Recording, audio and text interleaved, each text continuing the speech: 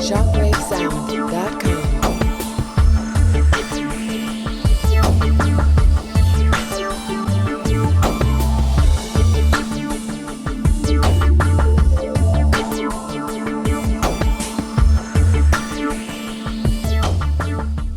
Olá, eu sou o professor Wagner Martins. Nós vamos ver agora do curso de Técnicos em Venda a disciplina de Organizações e Técnicas Comerciais. Organizações e Técnicas Comerciais, a função dele basicamente é da gente conseguir fazer com que a empresa evolua de uma maneira mais dinâmica, mais didática, que ela seja mais flexível.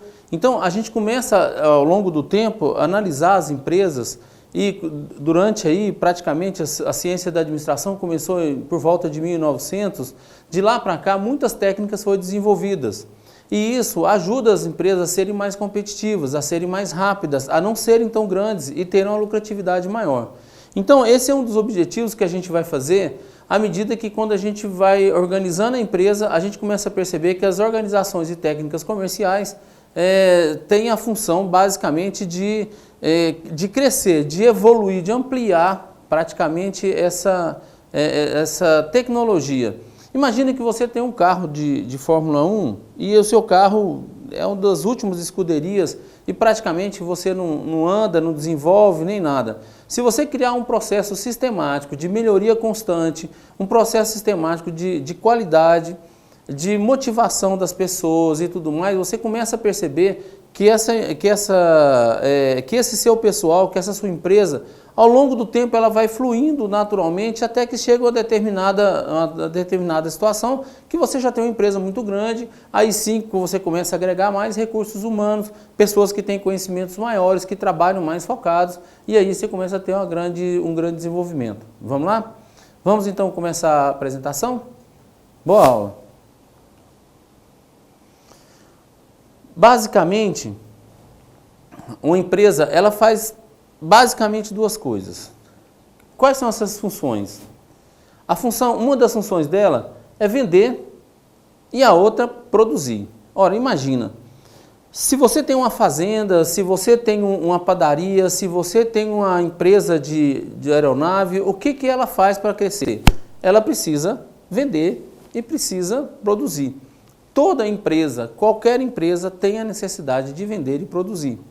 Por isso, a gente consegue ver algumas empresas que são extremamente agressivas em vendas, são extremamente agressivas em produção, e mesmo assim a gente começa a perceber que, embora elas até cresçam muito por produzir bastante ou vender bastante, né, essas empresas às vezes começam a ter problemas financeiros, bombadas, cheio de gente, o pessoal trabalhando e funcionando, e aí, de repente, ela quebra. Por que ela quebra? Porque, na verdade, o que acontece é que não basta você apenas vender e produzir.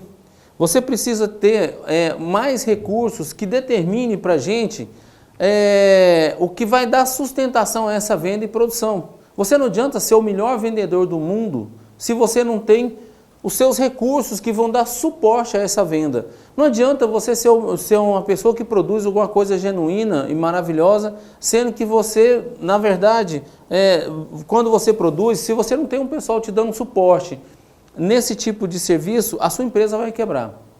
Então, presta atenção, não basta apenas você ser um bom vendedor ou você ser um bom produtor. Não adianta você ter uma coisa exclusiva. Se você não sabe vender bem, se você não sabe produzir bem, você é capaz de não conseguir fazer isso de forma correta. Estou me lembrando de um bom exemplo que eu já tive de experiência minha mesmo, aonde, num hospital, eu tinha um médico excepcional que trabalhava muito bem, que era o melhor cirurgião que nós tínhamos no hospital, e ele era assim, uma pessoa extremamente de muito conhecimento, reconhecido internacionalmente, mas não era o que ganhava mais dinheiro. Eu tinha um médico, por outro lado, eu tinha um outro médico, colega dele, vamos dizer assim, que ele desenvolveu uma técnica, não era tão famoso nem nada, e ele desenvolveu uma técnica muito interessante. Olha só, ao invés de você, toda vez, todo médico, quando você vai a primeira vez, ele cobra de você a primeira consulta. Esse rapaz fez uma coisa diferente, esse doutor. Ele fez a primeira consulta de graça e o retorno você pagava. Ou seja, primeiro você vai ver o que eu vou te falar, eu vou ver se você tem alguma coisa, a gente sempre tem alguma dúvida, e aí, se você tiver alguma coisa e gostar do meu serviço, você retorna e me paga. Praticamente ele fica cheio o tempo inteiro. A quantidade de atendimento dele é uma coisa assim violenta. E o outro médico, que tem vários títulos, que sabe produzir muito bem, que tem várias técnicas de cirurgia e etc, etc, etc. Tem um atendimento razoável. Então não quer dizer que você basicamente, se você sabendo produzir bem, você tendo muito conhecimento, ou você saber vender bem, vai garantir que você vai fazer um trabalho melhor. Vamos voltar para o nosso caso, né, para a gente falar melhor na questão da administração dos recursos. Então, quais são esses recursos? Meus recursos, eles são recursos humanos, que a gente já ouviu falar bastante, né, sobre os recursos humanos. São recursos materiais, patrimoniais, são recursos financeiros, são recursos tecnológicos. Esse que, na verdade, que vai dar sustentação ao seu negócio. Não adianta você, por exemplo, ter uma boa venda se você não tem um pessoal de recursos humanos. É muito comum, às vezes, você chegar numa empresa e falar assim, você chega no imobiliário e fala assim, olha, eu quero alugar uma casa, ninguém me atende. E fala assim, ixi, é porque o salário aqui é muito ruim. A senhora não faz ideia como é que o dono aqui é ignorante. Então, essas coisas, entendeu? Você está basicamente trabalhando a administração dos recursos humanos. Recursos financeiros, a mesma coisa. Se eu não tenho dinheiro, se eu não tenho capital de giro, como é que eu vou dar sustentação a vender bem e produzir bem? Qual é o interesse disso aqui? Bom, como é que eu calculo um capital de giro? Isso é outra ciência. Isso é outra ciência que engloba aqui a gente. Se eu não tenho tecnologia, como é que eu vou fazer sem tecnologia? Por exemplo, se eu não tenho um trabalho de SMS, se eu não faço e-mail marketing, se eu não utilizo essas metodologias, se eu não uso um Facebook, alguma coisa assim, eu fico atrás e aí para mim fica bem mais complicado eu ter contato com esse meu pessoal. Recursos materiais, eu preciso ter celular funcionando bem, eu preciso ter um notebook, eu preciso ter um papel, eu preciso ter cartão para vender. Como é que eu vou vender um lote, eu vou vender um apartamento se eu não tenho cartões? E meus recursos patrimoniais? Você vai vender a pé? Vender a pé não tem jeito. Você não vai ter um telefone para ser atendido? Então, esses são os recursos que a gente tem, que toda empresa, eu estou tentando até generalizar, porque isso aqui não serve só para a área, né, de comercial, mas assim, para todas as áreas, enfim, a gente precisa saber isso. Não se esqueça disso. Toda empresa faz naturalmente duas funções que a gente não consegue ensinar, que é vender e produzir. Se você é um bom vendedor, você pode utilizar recursos tecnológicos para melhorar a sua venda, para melhorar a sua fala, para melhorar seu atendimento. Mas se você nascer com esse dom de venda, você pode desenvolver esse dom ou você nasce com ele e aí praticamente você desenvolve isso da forma mais natural possível. Vamos falar um pouco sobre motivação. Motivação vem da palavra mover. Quando eu estou motivado, quando a minha equipe está motivada, quando todo mundo está motivado, eu começo a movimentar, eu começo a crescer a minha empresa, eu começo a ser percebido. Essa é uma característica de percepção, onde esse movimento, essa motivação, essa ação de mover-se, vai caracterizar um pouco mais nessa questão da sua empresa. Você tem 3 prioridades praticamente ao se motivar. Você primeiro precisa ter uma direção. O que é uma direção? Você precisa ter um foco. Hoje em dia fala-se bastante em foco e a ideia é você ter o foco como a direção. Olha, eu estou motivado para fazer o quê? Qual é o meu negócio? Eu vou mexer com aluguel? Eu vou mexer na área rural? Eu vou mexer na área predial? Então, olha, se eu tenho foco, se eu estou focado, se eu estou motivado para esse lado, assim, eu tenho uma grande chance de melhorar. Se eu começar a achar, sabe assim, que eu tenho uma lojinha, que eu quero montar uma banca de jornal, que eu quero montar uma imobiliária, que eu quero fazer tal coisa, e etc, etc, etc, não vai virar. Então, quer dizer que eu preciso ter uma direção, você precisa ter um foco. A gente tem um ditado muito interessante que a gente fala que quem corre atrás de 2 coelhos acaba pegando nenhum. Isso é o exemplo de uma pessoa desfocada, certo? O outro passo é a intensidade. Olha, tem gente que quando pega alguma coisa, e vamos falar de namorada, né? Quando você começa a namorar, você fica tão empolgado, olha, minha namorada, ela é maravilhosa, nossa, ela é linda, ela gosta disso, eu não gosto disso, e você começa a fazer todo esse processo de motivação, vamos dizer assim, e aí de repente, aquilo ali acaba, aí acaba o encanto. O que você fez? Você não dosou a intensidade. Quando você não dosa a intensidade, acontece isso, né? Você tem aquele pique, aquela chegada, de repente você fala assim, sábado à noite, acho que eu vou ficar em casa assistindo televisão, para mim é melhor. Então isso é uma questão da intensidade. Você precisa saber o que você vai fazer uma ação o tempo inteiro. É muito comum um lançamento de prédio, aí você faz aquela festa, e faz aquela festa enorme, e todo mundo vem, você está empolgado, você chama todo mundo, e tem um coquetel lindo, maravilhoso e tudo mais, de repente você começa todo final de semana fazer plantão, fazer plantão, fazer plantão, fazer plantão. Primeiro mês não acontece nada, segundo mês não acontece nada, geralmente acontece no terceiro mês. Aí você fala assim, isso aqui não serve para mim, é uma coisa muito complicada. Então esse processo de plantão, vamos dizer assim, né, que seria a questão da intensidade. Olha, eu vou todos os finais de semana, vou ficar lá porque eu preciso de 2 compradores. Nesse ano, praticamente, para eu resolver a minha vida. A próxima é a questão da permanência. Você precisa ser permanente, você precisa ser perene. Então, para você motivar a sua equipe, é muito importante que você tenha essa permanência, esse processo de você manter isso estável. Então, olha, é muito importante que isso aconteça com você e com as pessoas da sua equipe. Não permita que ela faça assim, que ela se motive demais no começo, entendeu? Porque isso não é bom, porque a gente começa a perder a intensidade e depois ela... Então, quer dizer, você costuma ter assim um processo bem lento, bem natural das coisas que a gente começa a trabalhar, porque a gente precisa ficar de forma permanente, ok? Beleza? Então, quais são as razões que nós temos para nos motivarmos? Eu tenho razões internas. A fome, por exemplo, é uma razão interna bastante interessante. Olha, chega um determinado momento que você às vezes não tem nem o que comer, nem o que vestir, e aí você começa a descer, vamos dizer assim, no nível de status. Olha, você começa a sucumbir. Olha, eu vou pegar e vou lavar carro no sinaleiro, eu vou trabalhar algum serviço. Por quê? A primeira coisa que a gente não quer que aconteça com você, ou comigo, né, no caso, no exemplo, ou com a minha família, é que passamos fome, certo? Todo mundo tem essa necessidade de você ter alimentação, de você ter moradia, de você ter vestuário.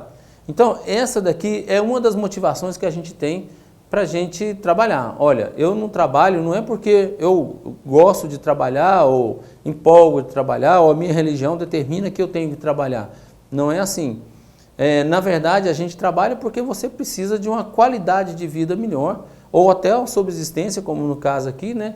E por isso a gente começa a ter essa motivação.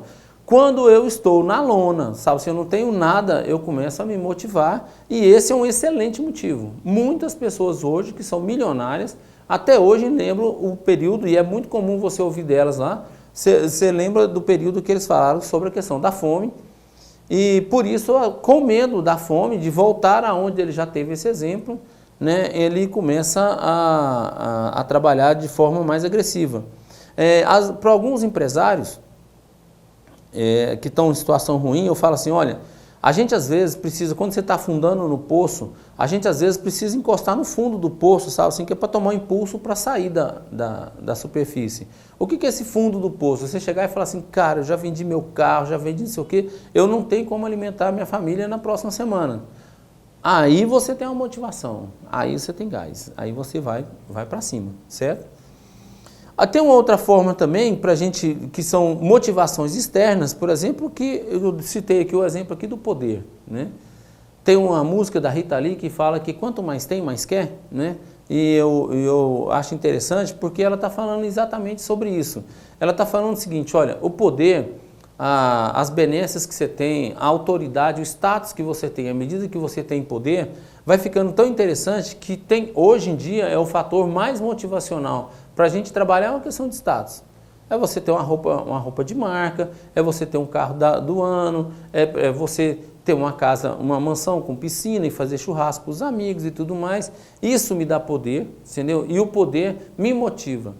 Então, quanto mais você ganha, mais você se interessa a respeito disso. Então, são vários fatores motivacionais que a gente tem como trabalhar. Vamos falar agora sobre a hierarquia de Maslow. Maslow era um cientista, no começo da administração, praticamente a gente nem definia ele como um cientista, na verdade. Ele começou a estudar as percepções das pessoas sobre o que motivavam elas a trabalhar.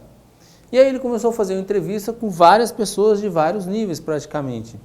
Então, ele percebeu, e ele construiu essa pirâmide, porque ele percebeu o seguinte, existem as necessidades minhas básicas, ou seja, como nós vimos nos slides anteriores, a necessidade básica o que é? Você precisa se alimentar, você precisa vestir, você precisa ter uma segurança em termos de moradia. Eu preciso de um teto, na verdade. E daí, essa ideia de você estar na base, a grande maioria, o que você mais precisa, na verdade, é uma base, na sua base você precisa ter essa questão dessa segurança, dessa garantia que você tem. Depois, se você tem certeza que essa questão da segurança, da alimentação, da casa, por isso que as pessoas se interessam muito em alugar casas, em comprar apartamentos, em comprar casas e tudo mais, devido a essa questão. Olha, eu preciso, ao envelhecer, de ter pelo menos uma casa. Então, isso me garante uma certa estabilidade ao longo de toda a minha vida. Então, essas são necessidades básicas que eu preciso. Quando eu ficar velhinho, será que eu tenho condições de continuar me alimentando, na hora que eu não conseguir produzir mais? Essas são necessidades básicas.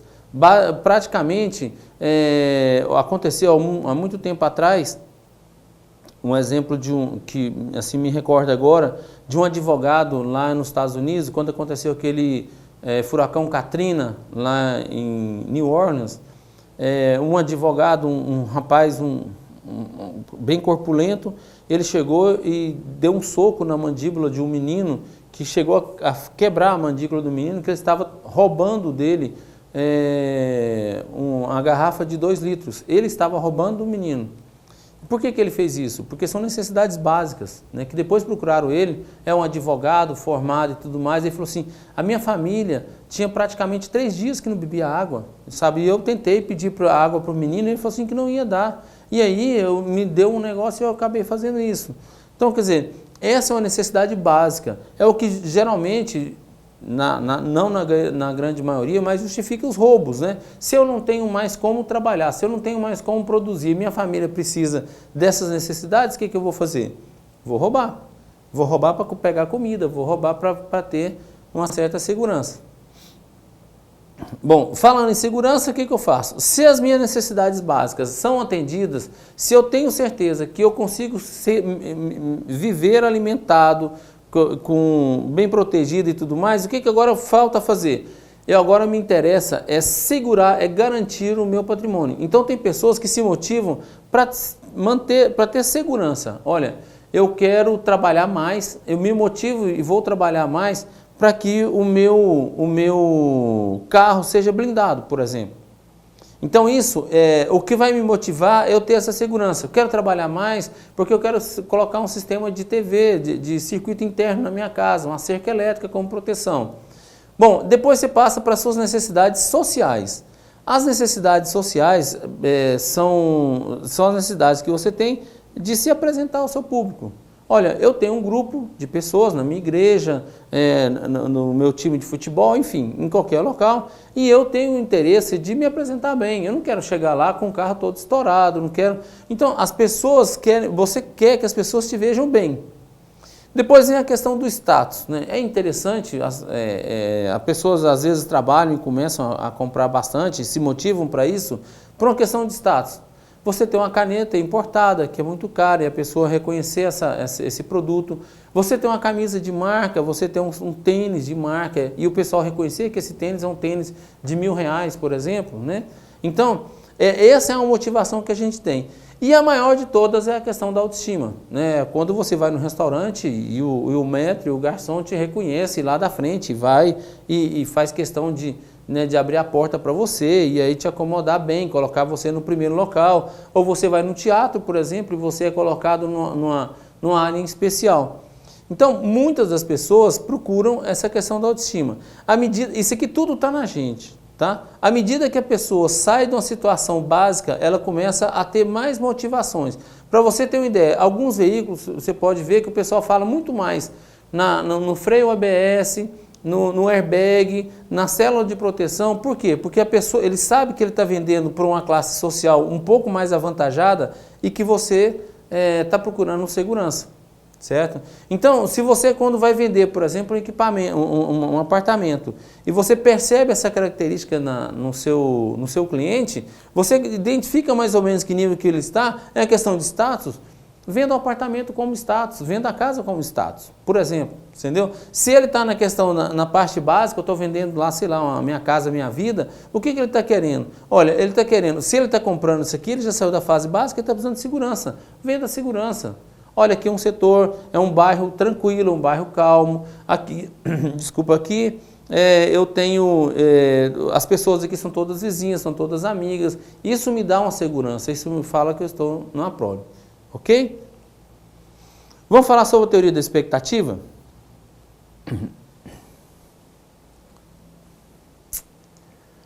A teoria da expectativa diz o seguinte, que o desempenho é proporcional ao meu esforço.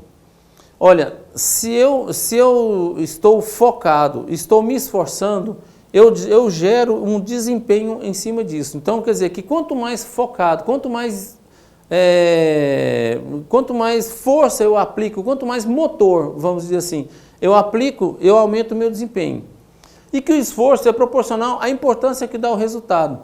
Escuta, vender, como eu estou dando exemplo aqui, vender esse prédio, os apartamentos desse edifício, me dá um resultado interessante, eu vou ganhar muita coisa, eu tenho um resultado interessante, eu me esforço mais, certo? O resultado, se for importante, gera essa motivação. Então, olha, na verdade, isso é um ciclo que eu tenho. O desempenho me dá um esforço, o meu esforço me dá um resultado, o resultado me dá uma motivação. E essa motivação é que me faz vender mais. Esses dias eu estava andando no setor aí, eu ia visitar uma ex-aluna minha, que mexia com roupa. E aí, estacionei meu carro muito antes e resolvi ir a pé até a empresa dela. No meio do caminho, encontrei um outro aluno meu, um aluno mais antigo, e chegou para mim e falou assim, ô professor, olha aqui a minha loja, olha o tamanho que eu estou com a minha loja, eu tenho essa loja aqui com 20 funcionários, que eu estou vendendo tecido e tudo mais, e agora eu tenho mais outra loja que é um atacado, que eu estou vendendo tecido também, e aqui está bombando, graças a Deus, o ano passado não foi tão bom assim, mas mesmo assim eu tive um resultado melhor em venda, tive uma lucratividade maior. E aí ele foi falando assim, e você ficou empolgado, ele falou assim, olha, eu nichei o mercado, eu procurei um tecido que só pouca gente trabalhava e agora eu vendo bastante. Fiquei muito satisfeito, mas eu ia visitar a minha outra aluna, né, que tinha um comércio um pouco lá na frente, que era uma loja de roupas também.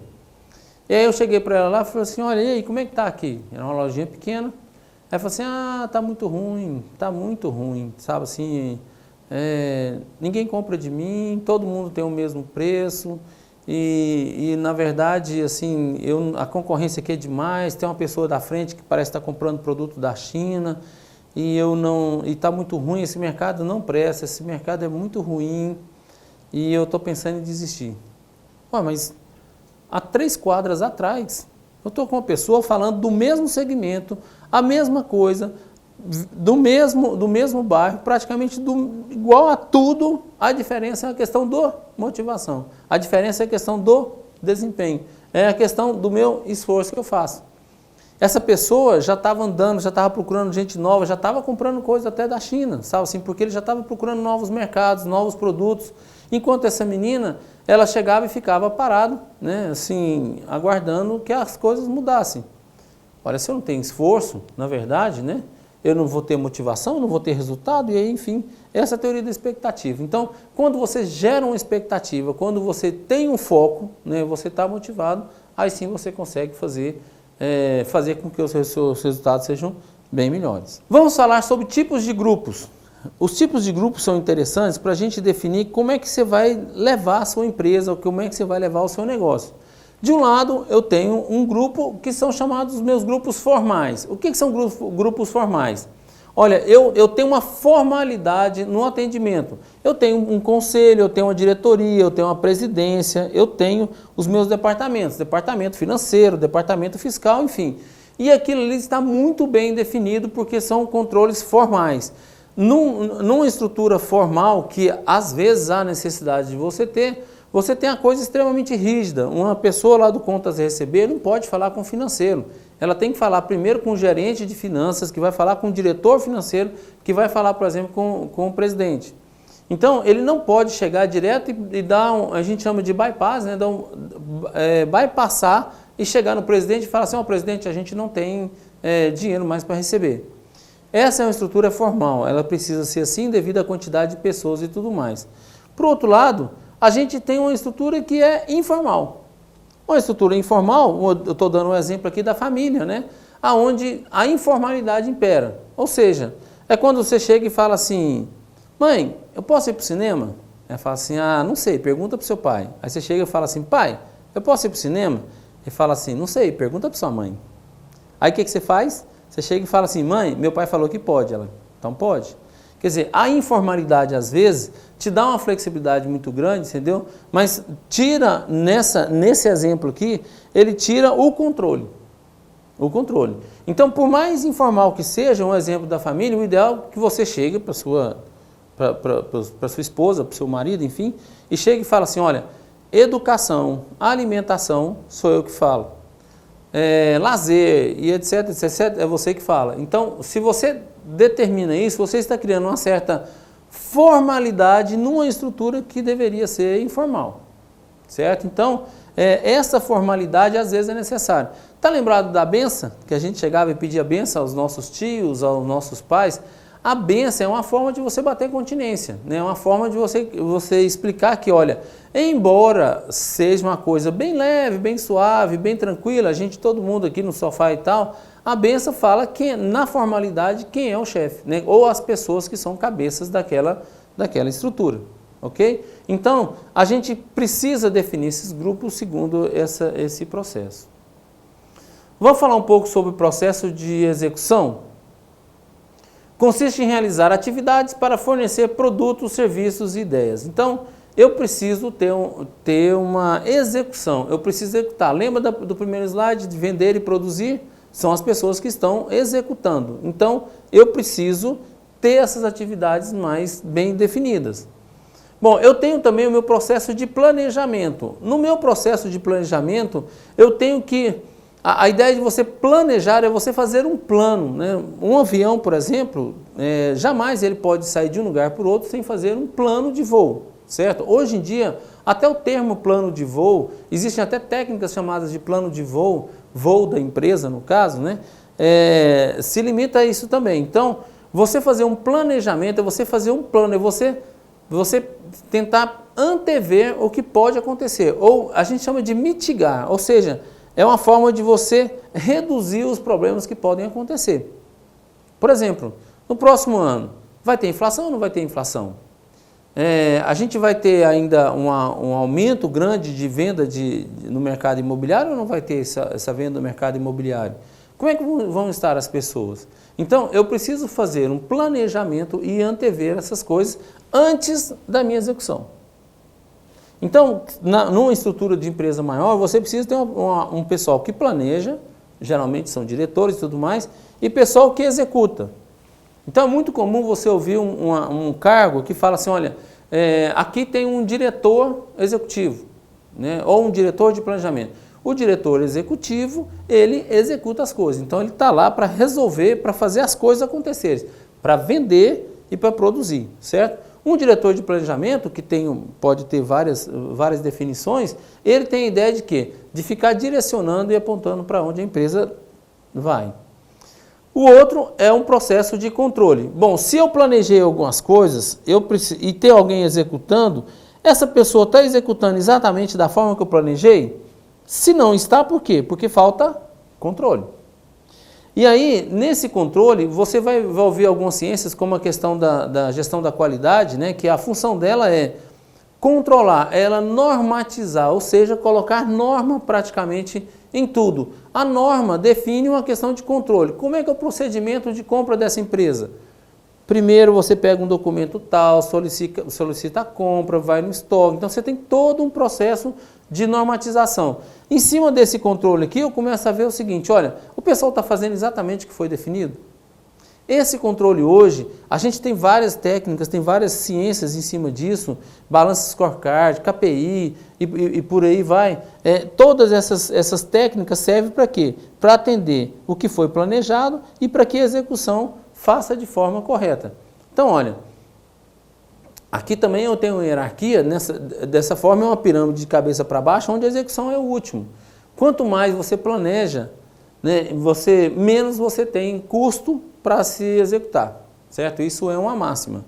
Então, se você planeja e tenta analisar, antever, vamos dizer assim, tudo que pode acontecer, então você tem uma característica que você vai reduzir bastante os seus custos, reduzir bastante os seus riscos, para que você tenha certeza que você planejou, que você anteviu, você vai fazer esse controle, você precisa analisar, a gente vai executar esses controles, ok? Vamos falar sobre a questão de um plano de negócio. Bom, então a gente está falando de planejamento, e aí no caso do planejamento a gente vai falar um pouco sobre a questão do plano de negócio. Um plano de negócio tem as etapas. Vamos supor então que você quer montar uma imobiliária. Então, a primeira coisa, a gente estava falando no slide anterior sobre a questão do planejamento, do controle, etc, etc, etc. Vamos planejar o nosso negócio, certo? Então, nesse planejamento é tão sistematizado, é tão controlado essas áreas que a gente começa a falar então sobre em etapas. Qual é a primeira etapa? Isso é sistematizado, isso é controlado. Então, você vai chegar e falar assim, olha, agora é a fase 1, que é a fase da ideia. Vamos supor que eu estou pensando aqui, vou imaginar aqui que eu estou querendo montar uma imobiliária, certo? O que você tem que fazer? Quais são os meus talentos? Quais são as pessoas que têm conhecimento nisso que poderiam trabalhar comigo? Que tipo de imobiliária que eu vou fazer? Eu vou fazer uma imobiliária convencional? Ou ficar, a gente chama, no lugar comum, certo? Ou eu vou fazer, por exemplo, então assim, eu vou fazer o quê? A ideia é você pesquisar quais são os tipos de imobiliária, quais são as pessoas que vendem, como é que vende, e aí você tem assim uma envergadura enorme de imobiliárias que não trabalham com convencional, que talvez pode ser que seja que você tenha uma ideia e fala assim, rapaz, eu vou montar isso. Então, para você ter uma ideia, eu conheço imobiliárias que eles compram a mercadoria, que eles têm os imóveis aqui nesse país e só fazem propaganda e vendem só em outros países e vice-versa. Então eles compram, eles têm empresas, têm prédios, edifícios, casas, enfim, no Canadá, nos Estados Unidos, em Portugal e etc, etc, etc. E aí montaram imobiliária que só faz isso. Olha, se você quiser mudar de país, né, eu tenho a sua casa lá, eu tenho um processo desse. Isso é uma ideia, tá? Isso é uma ideia. Eu estou assim, dando sugestões, não são sugestões, na verdade, assim, eu estou assim, imaginando se eu fosse montar uma imobiliária, certo? Então, a minha tendência é sair do lugar comum, ok? Depois a gente vai para avaliação e estudos preliminares. O que eu vou fazer? Bom, vamos supor que agora vou pegar essa linha, que eu resolvi montar uma imobiliária que eu vou vender casas para brasileiros lá na Europa, certo? Então, eu tenho esse processo. O que eu vou fazer? Agora eu começo a fazer avaliação desses estudos.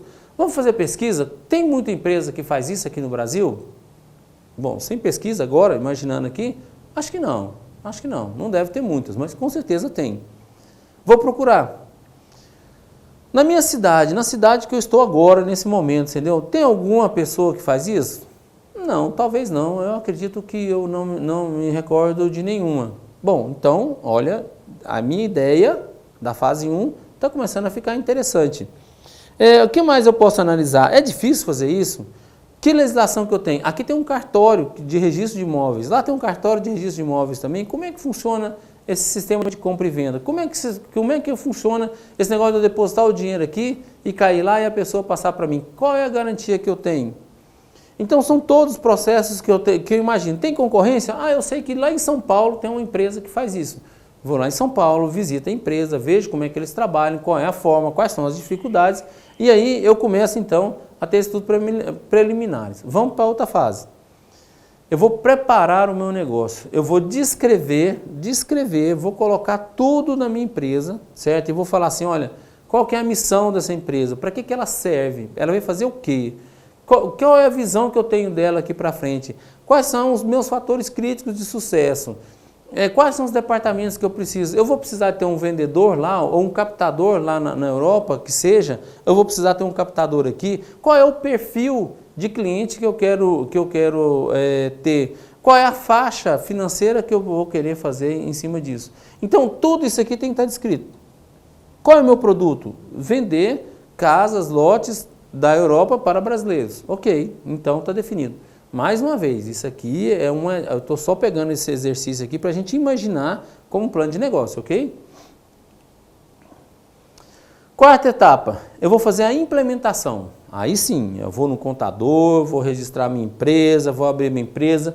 Na etapa anterior estava tudo descrito, quantas pessoas, se eu vou ter um site na internet, se eu vou ter uma secretária para me atender, se eu vou ter mais gente, a quantidade de dinheiro que eu vou ter que investir, como é que eu vou fazer, quando é que eu vou viajar, como é que eu faço para levar o meu cliente, às vezes o cliente tem a necessidade de ver a casa. Então você tem todos esses negócios que já foi feito nessa preparação do meu negócio. Aqui eu preciso executar. Então aqui a minha empresa funciona. Então olha, das 5 etapas, 3 eu estou só antevendo o meu negócio, tá certo? As 2 eu estou executando.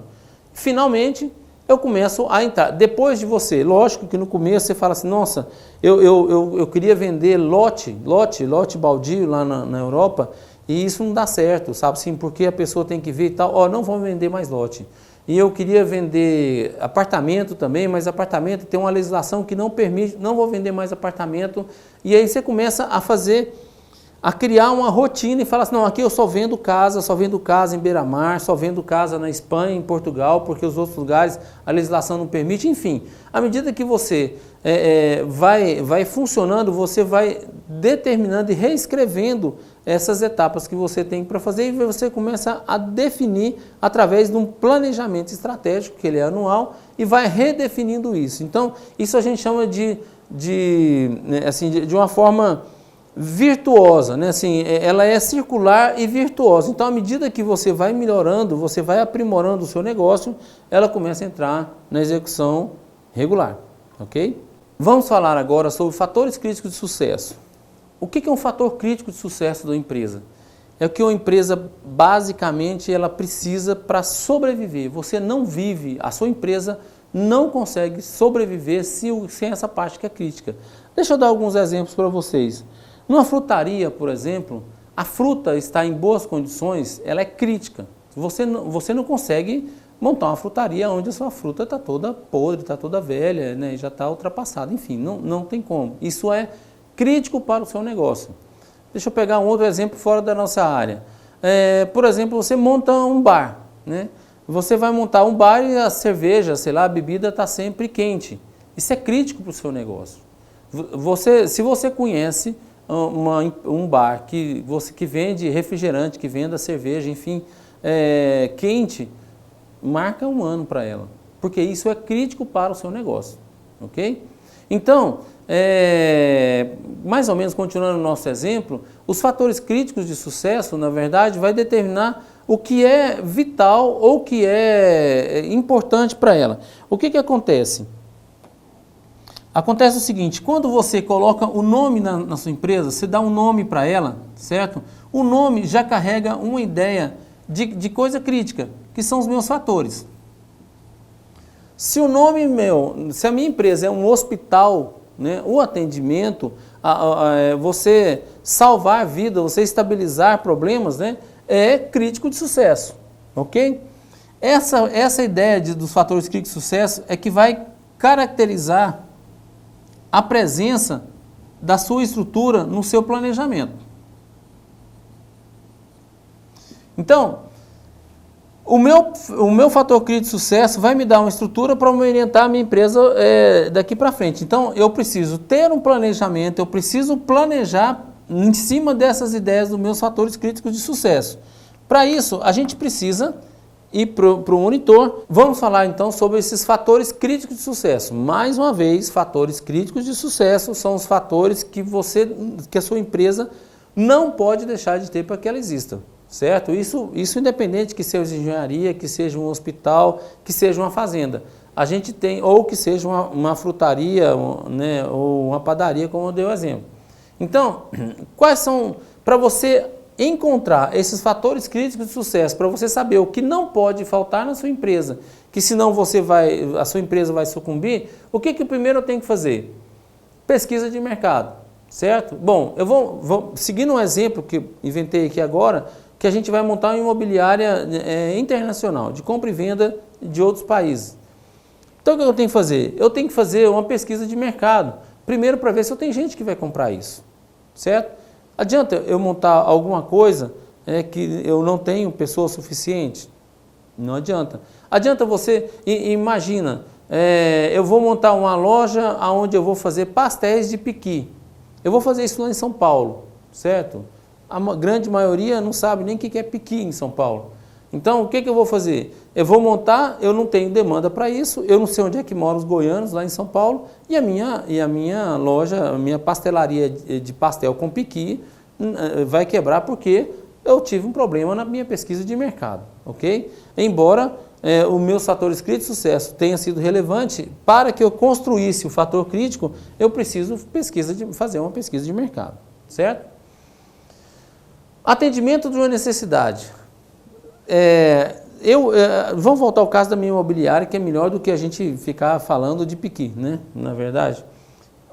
Vamos falar da minha imobiliária internacional. Olha, tem algumas pessoas, eu tenho público para isso, esse público me sustenta eu e meus concorrentes, porque às vezes tem uma pessoa que se dá muito bem porque ela faz só aquilo e é a única que faz. Quando entra um outro concorrente, porque viu que ele está ganhando muito dinheiro, o mercado não suporta duas pessoas. E aí acaba quebrando os dois, enfim. Então, olha, atende a necessidade, eu tenho público para isso? Sim, vamos supor que eu tenho público. Bom, qual é a minha grande vantagem no meu produto? Qual que seria a vantagem? Vamos supor que eu fale francês, que eu falo inglês, que eu falo russo, que eu falo alemão, e aí eu tenho facilidade de procurar ou de entrar em contato com essas pessoas e comprar, disponibilizar esses imóveis nesses países. Então, eu tenho que determinar qual é a grande vantagem do meu produto em relação aos outros. Senão eu caio na mesmice, né? Eu caio, o que a gente chama em administração, da turma do eu também, né? Você faz alguma novidade, eu também faço. Você faz uma divulgação no Instagram, eu também faço. Eu faço uma divulgação no Facebook, você faz a divulgação no Facebook, eu também faço. Então, quer dizer, quem vai ganhar, quem vai ganhar mais é a pessoa que fez a propaganda primeiro no Instagram. Quem vai ganhar mais é a pessoa que mandou o e-mail marketing primeiro. Os outros, eu também. Vai fazer também, mas assim, essa novidade começa a cair no ostracismo e depois começa a ficar antipática, de tanto que o pessoal faz. Então, você tem que apontar a vantagem do seu produto. Qualidade e preço adequado no lançamento. Bom, se eu estou fazendo um lançamento, aí no caso na questão imobiliária isso é muito importante, né? Olha, esse preço está adequado para o público-alvo, eu estudei o meu mercado, eu vi quais são as necessidades, eu vi qual é a vantagem do meu produto, por exemplo, a localização, para algumas pessoas é vantagem, outras nem tanto. Sempre vai ser assim. E aí tem a questão da qualidade do produto e o preço adequado. Esse preço está adequado? Então, são técnicas que a gente utiliza para que eu monte esse fator crítico de sucesso. Ok? E por último, vamos fazer uma escolha, ver a escolha dos canais corretos de distribuição. O que são canais de distribuição? Canais de distribuição são aqueles canais, são veículos onde você vai vender esse seu produto. Se for uma imobiliária, a gente está, mais uma vez, imaginando a imobiliária internacional, quais são os meus canais? Quais são as minhas formas de vender esse meu produto? Bom, internet seria uma delas, mas eu poderia contratar uma pessoa em cada país para procurar um imóvel ideal para que o meu cliente necessite aqui. Então, meu canal de venda pode ser um canal de venda de pessoa, um vendedor basicamente vai lá, um captador no caso, né? Pode ser o outro canal de venda que seria um e-commerce no caso, eu poderia anunciar as casas e a pessoa vai lá e fala, gostei dessa casa lá no Canadá, estou indo mudar para o Canadá. Enfim, esses aqui é o que vai determinar para você montar o seu fator crítico de sucesso. Foi o que nós vimos lá no quadro. O fator crítico de sucesso é o que vai determinar o planejamento. Então, o que é crítico de sucesso para um açougue? O que é crítico de sucesso para uma padaria? O que é crítico de sucesso para uma frutaria? O que é crítico de sucesso para um corretor de imóveis? Certo? Você monta seguindo esse sistema, ok? Vamos falar um pouco sobre gestão de projetos. Gestão de projeto é uma característica que você tem para você executar esse serviço, que ele só é feito uma única vez. Tá? Então, para você fazer uma gestão de projeto, você vai executar somente uma vez. Por exemplo, o lançamento de um edifício, de venda de apartamentos, ou um loteamento, por exemplo. Você vai lançar esse loteamento somente uma vez na vida dele, certo? Então, isso se encaixa perfeitamente em gestão de projetos. Gestão de projetos, existem várias certificações internacionais. Hoje em dia é uma técnica, é uma ciência que está assim, bombando no mundo inteiro e a área de gestão imobiliária está começando a identificar essa questão de gestão de projeto. A ideia da gestão de projeto, então, o que é? Se ela é uma única vez, ela é um único projeto. E aí, como é que eu vou fazer para montar esse projeto? Nós vamos ver agora, né, no monitor, como é que são essas etapas e como é que, mais ou menos, a gente faz a gestão de projeto, que é só uma introdução sobre a ciência, obviamente. A gestão de projeto, então, são tarefas especiais, como eu disse, é uma única vez, que fogem da rotina das atividades funcionais. Então, olha, se você tem um supermercado, por exemplo, você não pode fazer gestão de projetos no supermercado. Por quê? Todo dia a rotina se repete. Então, as coisas que são rotineiras, inclusive na sua própria empresa, tudo que é rotineira não serve para projetos. Tá? Essa é uma condição sine qua non, quer dizer, só pode existir dessa forma. Lançamento de um veículo é um projeto. Embora a produção seja repetitiva, o lançamento é um único. Lançamento de foguete, já que eu estou falando de lançamento, é um projeto. Fazer um filme é um projeto e por aí vai. Então, em cima desse processo aqui da gestão de projeto, dessa característica, eu tenho a ideia de que eles são únicos e que eles não se repetem, não vão se repetir jamais, ok? Ele tem de forma determinada, começo e fim determinados em fases. Vamos dar outro exemplo para vocês. Eu vou construir um estádio para a Copa do Mundo, certo? É um projeto? Sim, é um projeto. É um projeto porque ele é único, eu vou fazer um único estádio, ok? Se eu vou fazer um único estádio, eu posso fazer ele em fases. Como é que são essas fases? Essas fases são determinadas, que a gente vai ver no slide a seguir, elas são determinadas e ela tem um certo movimento. Então eu tenho a abertura do meu projeto e eu tenho que ter o final do meu projeto, certo? E aí, por exemplo, no caso do padrão de gestão de projeto, de uma certificação chamada PMBOK, basicamente você tem pessoas determinadas para fazer determinados tipos de coisa. Então você precisa seguir essa execução. Então esse é um processo inicial. É mais ou menos assim, as fases ela vai ser passada da seguinte forma. Eu tenho a questão da inspiração. O que é inspiração? Lembra da ideia? Da ideia que a gente tinha antes? Bom, eu tenho a fase da ideia. É um projeto? Vamos dar um exemplo aqui que a gente vai fazer uma gestão de projeto para venda de um edifício. Estou vendendo um edifício. Então a gente senta todo mundo, as pessoas mais técnicas, e a gente vai fazer o processo que a gente chama de inspiração. Olha, como é que nós vamos lançar? A gente poderia chamar aí um ator famoso para vir aqui fazer o lançamento, não sei, talvez vai ficar muito caro. A gente poderia chamar uma banda de música da Polícia Militar, por exemplo, não sei. A gente poderia talvez, enfim, aí você começa a ter esse processo de inspiração, né, e começa a captar esses processos todos. Depois aí você tem uma ideia formada. Olha, lembra que o processo é o mesmo do plano de negócio, né? Então, um projeto não deixa de ser um plano de negócio. Então, olha, aí depois da parte da inspiração, bom, determinamos. O que ficou determinado? Que a gente vai botar um carro de som, vai botar um pula-pula, vai botar um palhacinho, que a gente vai anunciar isso na rádio, na televisão e vamos distribuir flyer na cidade, ok?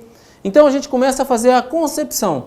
O que seria essa concepção? Essa fase da concepção seria a fase onde a gente vai escrever, praticamente determinar quais são os tipos de grafia que a gente faz, se a gente vai usar vamos usar só a cor vermelha e a cor amarela, por exemplo, e você começa a fazer esse tipo de projeto, de concepção. Aí você entra a fase do desenho, né? Ou o projeto em si do produto. Então você começa a executar, olha, eu tenho que ir na gráfica fazer isso, eu tenho que gravar uma propaganda para sair na televisão, tenho que gravar uma propaganda para sair no rádio e tudo mais. E aí você começa a fazer, a desenvolver todo esse processo. E aí sim, finalmente você entra na fase do desenvolvimento. Então, você começa, olha, o volume de recursos que você tem aqui, ele vai aumentando, né, à medida que as fases vão aumentando. Então, aqui eu gasto pouco dinheiro, poucos recursos. E aqui, à medida que eu vou entrando na fase da execução em si, aí assim eu já estou a pleno vapor financeiro e material. Está lembrado lá do primeiro slide? Os recursos materiais, patrimoniais, tecnológicos, eu estou gastando ele a todo vapor nessa fase daqui, ok? Que é a fase onde eu entro com execução propriamente dito. Lembra da questão da necessidade do controle? Lembra quando o pessoal falava assim, olha, o estádio aqui para a Copa está em 93% concluído. 93%? Como é que ele sabe que está em 93% e não é 94%? Porque essas fases, elas são perfeitamente medidas e executadas, certo? E aí, finalmente, a gente entra nessa parte da entrega do desenvolvimento. Então, quer dizer, eu fiz o desenvolvimento, controlei perfeitamente, fiz todas as minhas fases que eu tenho, e aí depois eu entro no processo de entrega. O que eu tenho que fazer para entregar um navio, para entregar um prédio, para entregar uma questão de uma venda, por exemplo, comercial? Olha, a fase da entrega você tem que começar a reunir, sentar com o dono do edifício que chamou para fazer esse empenho, né? E você senta e fala, olha, fechamos quase todos os apartamentos, nós tivemos que fechar num preço um pouco mais em conta, não era aquele que você queria, porque nós fizemos uma pesquisa de mercado, enfim. Você começa a fazer a entrega desse projeto, e nessa entrega desse projeto a gente começa a desacelerar, né? E aí o projeto se encerra e ele nunca mais vai acontecer, certo? Assim, você não pega um prédio pela segunda vez para fazer o lançamento dele, nem para vender os apartamentos dele novamente. Então, assim, você não pega um loteamento e vai vender esse loteamento 2 vezes seguida. Então, o projeto, na verdade, ele tem esse processo como um todo.